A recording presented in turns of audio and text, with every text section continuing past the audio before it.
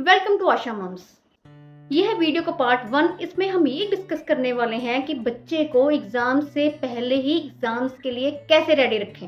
मैं दोबारा रिपीट कर रही हूँ, मैं एग्जाम्स के टाइम के दिनों की बात नहीं कर रही, मैं एग्जाम से पहले बच्चे को रेडी रखने की बात कर रही हूँ। वीडियो का पार्ट 2 भी बनाया गया है, उसमें ये बताया गया है कि क्या रीजन होता है जिसमें काफी तैयारी के बावजूद भी इंटेलिजेंट स्टूडेंट, वीक से वीक स्टूडेंट जो इतने केयरलेस होते हैं, सारे ही एग्जामिनेशन हॉल में जाके कंफ्यूज हो जाते हैं। तो वीडियो का पार्ट 2 का लिंक भी डिस्क्रिप्शन में दिया हुआ है। ये वीडियो देखने के बाद वीडियो वो वाली जरूर देखें। तो आज की वीडियो बहुत इंटरेस्टिंग होने वाली है, वीडियो का पार्ट 1। इसलिए अगर अभी तक आपने मेरा चैनल सब्सक्राइब नहीं किया तो पहले चैनल सब्सक्राइब कर लीजिए। इस तरह की और इंटरेस्टिंग वीडियोस देखने के लिए बेल आइकन को प्रेस करिए। अगर वीडियो अच्छी लगे तो लाइक और शेयर जरूर करिए। तो दोस्तों, हमने सोच के चलना है कि हमने अप्रैल के सेशन के स्टार्टिंग से ही बच्चे को इस तरह रेडी रखना है, या फिर अपनी गाइडलाइंस इस तरह हमने डिटरमिन अपने माइंड में कर लेनी है। ट्यूशन टीचर को ऐसे इंस्ट्रक्शन देने हैं, बच्चे को भी ऐसी ही गाइडलाइंस तैयार करके देनी है कि हमने एग्जाम्स के दिनों में बच्चे पे ज्यादा बर्डन नहीं डालना। हमने बच्चे को ट्यूशन टीचर और अपने कोऑपरेशन के साथ, तीनों की म्यूचुअल बॉन्डिंग के साथ, अगर आपका बच्चा ट्यूशन जाता है तो आपस में इतने म्यूचुअल कोऑर्डिनेशन आपस में इतना अच्छा कर लेना है कि एग्जाम्स के दिनों में किसी पर भी ज्यादा बर्डन ना पड़े। पॉइंट नंबर 2, आपने इस बात का भी ध्यान रखना है कि बच्चे से आपने हमेशा क्वालिटी एजुकेशन की डिमांड करनी है, ना कि क्वांटिटी एजुकेशन की। आपने कभी भी बच्चे के पढ़ने के घंटे फिक्स नहीं करने। आपने उसको कभी भी नहीं बोलना, चाहे पेपर्स के दिन है, चाहे पेपर्स के पहले है, कि आपने 4 to 6 पढ़ना है, आपने 5 to 7 पढ़ना है, क्योंकि ऐसे बच्चे लगातार 2-2.5 घंटे पढ़ नहीं सकते। हमारे टाइम पे भी हम भी नहीं पढ़ सकते थे। एक बच्चा नेचुरली 1 घंटा या ज्यादा से ज्यादा मैक्सिमम वो 1.5 घंटा पढ़ पाएगा।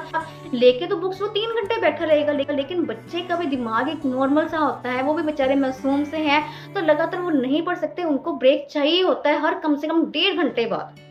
हाँ, ये आप जरूर कर सकते हैं कि आप बच्चे के लर्निंग आवर्स फिक्स करने के बजाय उसका लर्निंग टास्क फिक्स कर दीजिए कि अभी मैंने आपको ये चैप्टर दिया है, या आपने चैप्टर सारा मुझे लर्न करके सुनाना है, या फिर इस एक्सरसाइज के आपने सब मुझे सॉल्व करके दिखाने हैं, लेकिन उसका टाइम ना फिक्स करिए। इसके अलावा आपको ये भी नॉलेज होनी चाहिए कि पेपर सब्जेक्टिव आना है कि ऑब्जेक्टिव आना है। अगर तो पेपर सब्जेक्टिव आना है तो आपको उसके लिए बच्चे के रिवीजन के साथ साथ बच्चे के handwriting improvement, point number 1 hand writing improvement. Point number 2, आपको बच्चे की राइटिंग स्पीड पर भी फोकस करना होगा। कई बार हम देखते हैं मोस्टली सीनियर क्लास में, जैसे 9th ऑनवर्ड्स पेपर थोड़े ज्यादा लेंथी होते हैं, बच्चे को पेपर आता भी होता है, तब भी वो हैंड राइटिंग यानी कि स्पीड स्लो होने की वजह से पेपर छोड़ आता है। अगर तो पेपर ऑब्जेक्टिव आना है तो आपने बच्चे को ये बोल देना है पहले से कि बेटा आपने ऑप्शंस पर बहुत ज्यादा डिपेंडेंट नहीं होना, क्योंकि ऑब्जेक्टिव पेपर में बच्चे खुश तो बहुत ज्यादा हो जाते हैं कि हाँ भाई हमें लर्न नहीं करना पड़ेगा, कि लेकिन इनफैक्ट मुझे लगता है वो ज्यादा कंफ्यूजन वाला होता है। क्योंकि जब एक क्वेश्चन उसका आंसर हमें आता है, वो हमें आंसर लिख देंगे, लेकिन जब उसके 4 ऑप्शंस हमारे सामने आ जाते हैं तो मैं कहती हूँ इनफैक्ट ज्यादा कंफ्यूज हो जाते हैं। एक छोटा सा एग्जाम्पल मैं देती हूँ, जैसे 2 + 2 = 4। मुझे भी पता है, छोटे बच्चों को पता है, बच्चे बूढ़ों सबको पता है कि 2 + 2 = 4, लेकिन वही जब उसके ऑप्शन लिखे आते हैं 2 + 2 = 4, 14, 44, 0, तो 1 मिनट के लिए हम कंफ्यूज होंगे ही होंगे। तो आपने बच्चे के ऑब्जेक्टिव पार्ट की तैयारी घर पे इस हद तक करवा देनी है कि बच्चा ऑप्शंस पर बिल्कुल भी डिपेंडेंट ना हो। बच्चे को बोल देना है कि जब आपने ऑब्जेक्टिव क्वेश्चन देखने हैं तो आपने मन में पहले ही आइज क्लोज करके 1 मिनट के लिए आंसर सोच लेना है। उसके बाद आंसर लिखने के बाद आप बेशक ऑप्शंस के साथ मैच कर लो, लेकिन पहले ही आपने ऑप्शंस पर बहुत ज्यादा डिपेंडेंट नहीं करना है। इसके अलावा जब आप एग्जाम्स की तैयारी करवाने बैठे हैं तो ये बात का जरूर ध्यान रखिए कि पहले क्वेश्चन पेपर कैसे आते रहे हैं, यूनिट टेस्ट में कौन से क्वेश्चन आए हैं, जो क्लास में टीचर्स टेस्ट लेते थे कौन से क्वेश्चन उसमें डालते थे, या फिर जो ट्यूशन टीचर टेस्ट लेते थे, क्योंकि कहीं ना कहीं इंपॉर्टेंट ही पहले आया होता है, वही उससे से मिलता जुलता आगे पेपर में आने के काफी चांसेस रहते हैं। तो आपने इसका पहले ही ध्यान रखना है। बाकी वीडियो के पार्ट 2 में मैंने पूरा एक्सप्लेन करके बताया है कि आपने बच्चे को एग्जाम पहले ही 1 या 2 दिन पहले पेपर से बच्चे का एग्जाम लेना है। उसके काफी बेनिफिट्स हैं, वो आपको वीडियो के 2 में पता लग जाएंगे पार्ट में।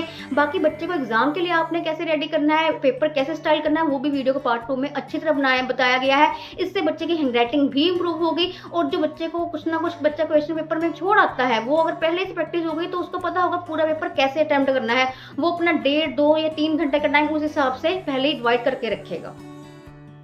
नेक्स्ट पॉइंट, आपने बच्चे की जो बुक्स नोटबुक्स है कम से कम एग्जाम स्टार्ट होने से 4-5 डेज पहले तक सारी चेक कर लेनी है कि क्या उसके पास सारी बुक्स नोटबुक्स हैं, कोई उसकी बुक या नोटबुक मिसिंग तो नहीं है, कोई उसके इंपॉर्टेंट नोट्स मिसिंग तो नहीं है, या फिर कोई उसका काम अनचेक तो नहीं है। क्योंकि कई बार ऐसे होता है कि हम बच्चे को काम लर्न करने के लिए दे देते हैं कि हमने आपसे ये लिखवा के देखना है या फिर ये सुनना है, लेकिन अगर काम अनचेक्ड हो तो बच्चा गलत ही लर्न करेगा, या फिर उसमें अगर स्पेलिंग मिस्टेक्स हैं या फिर कोई क्वेश्चन गलत लिखा हुआ है वो गलत ही लर्न करेगा। अब आप कहेंगे हम बाद में चेक कर देते हैं, बाद में तो आप चेक कर देंगे, लेकिन एक बार तो हम बच्चे का टाइम किल कर रहे हैं ना, हम एक बार भी बच्चे का टाइम किल क्यों करें?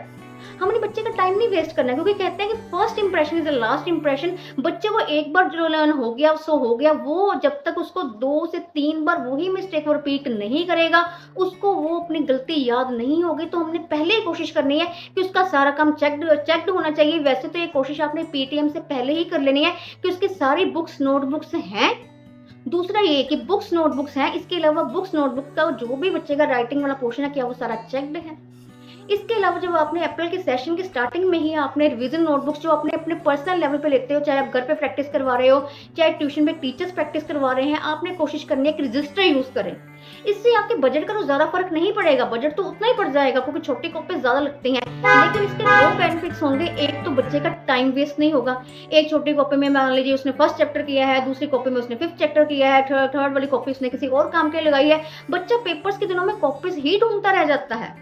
इसके अलावा ये बेनिफिट होगा कि उसकी कॉपीज जो गुम हो जाती है, हर तीसरे दिन बच्चे की कॉपी ट्यूशन पे रह गई है, बच्चे की कॉपी स्कूल में रह गई है, टीचर के पास रह गई है, बच्चे की जो कॉपीज गुम होने की प्रॉब्लम है उससे भी आपको रिलीफ मिलेगा। इसके अलावा जो आपने रजिस्टर लगाया है उसको आपने 2 पार्ट्स में डिवाइड करना है स्टार्टिंग से ही। एक पार्ट जो है उसमें आपने मेन काम करना है, जो दूसरा पार्ट है वो आपने 20 पेजेस छोड़ने हैं। 20 पेजेस के आपने ऊपर हेडिंग देनी है स्पेलिंग मिस्टेक्स, क्योंकि जैसे मैंने आपको पहले बताया बच्चा एक ही मिस्टेक बार बार करता है, और ये भी चांसेस है कि पूरे सेशन में कई बार बच्चे को एक ही मिस्टेक एंड तक वो करता रहता है, पेपर में भी जाके फिर वही मिस्टेक करने के चांसेस होते हैं। वही स्पेलिंग मिस्टेक वाला पोर्शन आपने उसको पेपर में जाने से एक दिन पहले या मॉर्निंग टाइम खोल के दे देना है कि बेटा देखो ये आप स्पेलिंग मिस्टेक्स करते थे, ये वाली मिस्टेक्स आपने सही करके रिपीट करके लिखी हुई है, ये मिस्टेक आपने पेपर में जाके नहीं करनी अगर ये सेम क्वेश्चन या फिर सेम कुछ भी सेम आता है तो। करने को तो आप कहोगे कि हम स्पेलिंग मिस्टेक्स रिपीट करवाते हैं, लेकिन आप स्पेलिंग मिस्टेक्स रिपीट करवाते हो, आप कहते हो जहां स्पेस बच गई है, ये पेपर थोड़ा सा पेज बचा है यहाँ पे स्पेलिंग मिस्टेक्स रिपीट कर लो, या फिर ये कोई और एक्स्ट्रा कॉपी यहाँ पे स्पेलिंग मिस्टेक्स कर लो, कॉपी के एंड में कर लो, कॉपी की स्टार्टिंग कर लो। उसकी बजाय हमने एक अलग ही पोर्शन लगा देना है स्पेलिंग मिस्टेक्स का। और कोशिश करिए बच्चे की टेस्ट नोटबुक भी अलग से लगाइए, चाहे स्कूल में टेस्ट हो रहे हैं, स्कूल के वैसे टीचर्स बोलते ही हैं टेस्ट नोटबुक अलग से लगाओ, वैसे तो वो कई बार अपने असाइनमेंट्स पेपर्स भी देते हैं। अगर हम ट्यूशन की बात करें, ट्यूशन पे टेस्ट बुक अलग होनी चाहिए, टेस्ट नोटबुक, घर में नोटबुक अलग होनी चाहिए।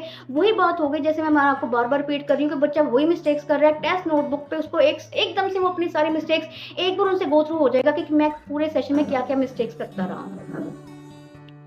इसके अलावा आपने हेल्दी फूड के साथ साथ उसको एनर्जी बूस्टर्स भी प्रोवाइड करने हैं। अब आप कहेंगे हेल्दी फूड तो हम प्रोवाइड करते हैं, हाँ मुझे पता है कि आप उन दिनों में मदर्स आज की बहुत ज़्यादा अवेयर हैं, बहुत ज़्यादा स्मार्ट हैं, वो उनका मिल्क इंटेक बढ़ा देती हैं, फ्रूट्स इंटेक बढ़ा देती हैं, ड्राई फ्रूट इंटेक बढ़ा देती हैं, अच्छी अच्छी हेल्दी जो फ्रूट्स हैं या वेजिटेबल्स हैं उनके आगे सर्व की जाती है, उनका पसंदीदा खाना उनसे पूछ पूछ के बनाया जाता है।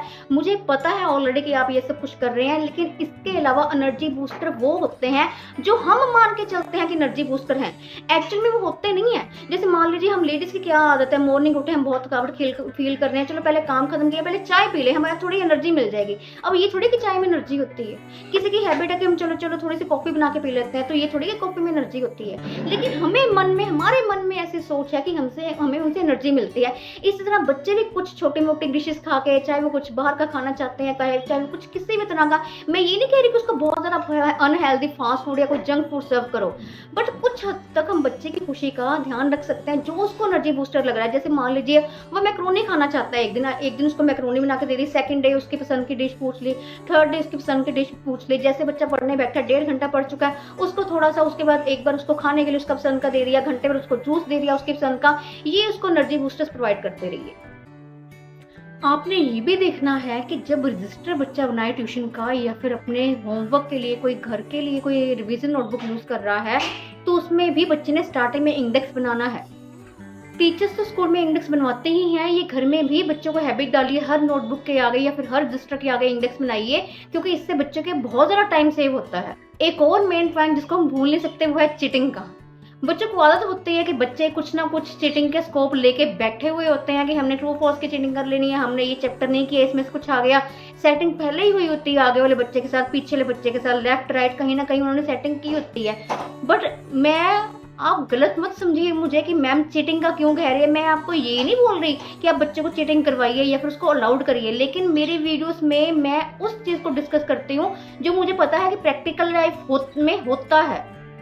मैं मतलब सिर्फ ये नहीं आपको बता रही क्या होना चाहिए, मैं वो डिस्कस करने बैठी हूँ यहाँ पे जो एक्चुअली बच्चे करते हैं। तो बच्चे चीटिंग के लिए कुछ ना कुछ अपने लिए स्कोप पहले तैयार करके बैठे होते हैं। तो ऐसे में बच्चों को आपने ये समझा देना है कि चीटिंग करना अच्छी बात नहीं होती। अगर दूसरा गलत लिखेगा तो आप भी गलत लिख दोगे, तो इसलिए बेटर ये भी है कि पहले आपको जितना पेपर आता है उतना कर लो। ये ना हो कि चीटिंग के आस में कि चीटिंग हो जाएगी, पूरा पेपर ही छोड़ के बैठ जाए। जितना पहले आता है अच्छी तरह कर लो, जो एंड वाला टाइम रह गया है उसमें वो सोचने वाला काम कर ले, या फिर वो वाले क्वेश्चंस या फिर वो वाले आंसर अटेम्प्ट करें जिसके बारे में उनको लगता है कि वो श्योर नहीं है। एक आपने और ट्रिक नया अपनाना है मेरे कहने पे, आई होप वो शायद आप नहीं बना रहे होंगे। आपने बच्चे के काम को चेक नहीं करना, आपने बच्चे के काम को सुपर चेक करना है। आपने सुपर चेकिंग करनी है। अब आप कहेंगे वो क्या होती है? जैसे मान लीजिए बच्चे का आपने एक ऐसे लिखने के लिए दे दिया, बच्चे ने आपको ऐसे लिख के दिखा दिया। अब आपने खुद नहीं उसको चेक करना, आपने बच्चे को बोलना है कि आपके सामने आंसर नोटबुक पड़ी है, आप खुद इससे चेक करके इसके साथ मैच करके ब्लैक पेन से अपनी मिस्टेक्स निकालो। अब इसके बेनिफिट्स क्या होंगे? इसके बेनिफिट्स के आगे मैं पॉइंट्स आपको बता रही हूँ। सबसे पहले ए नंबर बेनिफिट ये होगा कि बच्चे को वैसे ही टीचर खेलने का बहुत ज्यादा शौक होता है। बच्चे इस चीज को एंजॉय करेंगे, उनको चाहे बच्चे छोटे हैं चाहे बड़े हैं, उनको हाथ में ब्लैक या रेड पेन लेके बहुत ही ज्यादा अच्छा लगता है, वो अपनी मिस्टेक्स जरूर निकालेंगे। पॉइंट नंबर 2, इससे बच्चे की जो लॉन्ग लास्टिंग मेमोरी रहेगी कि मैंने ये मिस्टेक वहां पे तब अपनी निकाली थी, ये मिस्टेक मैंने की थी, अब ये मिस्टेक मैंने दोबारा नहीं करनी। पॉइंट नंबर 3, सी पॉइंट, इसमें कई बार ऐसे होता है कि बच्चे में मिस्टेक्स बहुत ज्यादा होती है, हम निकालते तो उनको इतना ज्यादा फील नहीं होता, लेकिन जब खुद बच्चा अपनी मिस्टेक निकालने बैठता उसको खुद रियलाइज होता है कि हो मैंने तो ये लाइन लिखी नहीं थी, ये तो लाइन मैंने आपस में मैच कर दी, इतनी स्पेलिंग मिस्टेक्स कर दी। उसको जो खुद को गिल्ट फीलिंग होती है अपने खुद का काम चेक करके, वो हमारे कहने हमारे समझाने पर कई बार नहीं होती। अब आप कहेंगे इसमें चीटिंग का स्कोप है, अगर हम खुद को ही बच्चे को चेक करने के लिए दे देंगे तो बच्चा चीटिंग कर सकता है, बच्चा हमारे साथ ऑनेस्ट नहीं रहेगा। बट ऐसा कुछ नहीं होगा, क्योंकि जब बच्चे ने एक बार काम लर्न कर लिया है, लिख लिया है, तो वो पहले आपको दिखाएगा। आपने एक बार चेक करना है, उसके बाद चेक करके अपने आपने देख लेना है इसने क्या मिस्टेक की है, उसके बाद आपने उसको नोटबुक देनी है कि अब आप अपनी खुद की मिस्टेक्स निकालिए। एक बार बच्चे ने अपनी ब्लैक पेन से मिस्टेक्स निकाल ली, या फिर अगर पेंसिल से लिख रहा है तो वो ब्लू पेन से भी निकाल सकता है। उसके बाद आपने रेड पेन से सुपर चेकिंग करनी है, और अगर उसमें भी तब भी कोई मिस्टेक्स बची हुई है तब आप बच्चे को फील करवा सकते हो कि आपने देख के भी मिस्टेक की है, यानी कि आप केयरलेसली काम कर रहे हो। उसमें बच्चे को ज्यादा फील होता है कि मिस्टेक्स के ऊपर भी मैं मिस्टेक करता जा रहा हूँ, यानी कि मैं अपनी मिस्टेक्स ध्यान से नहीं निकाल रहा।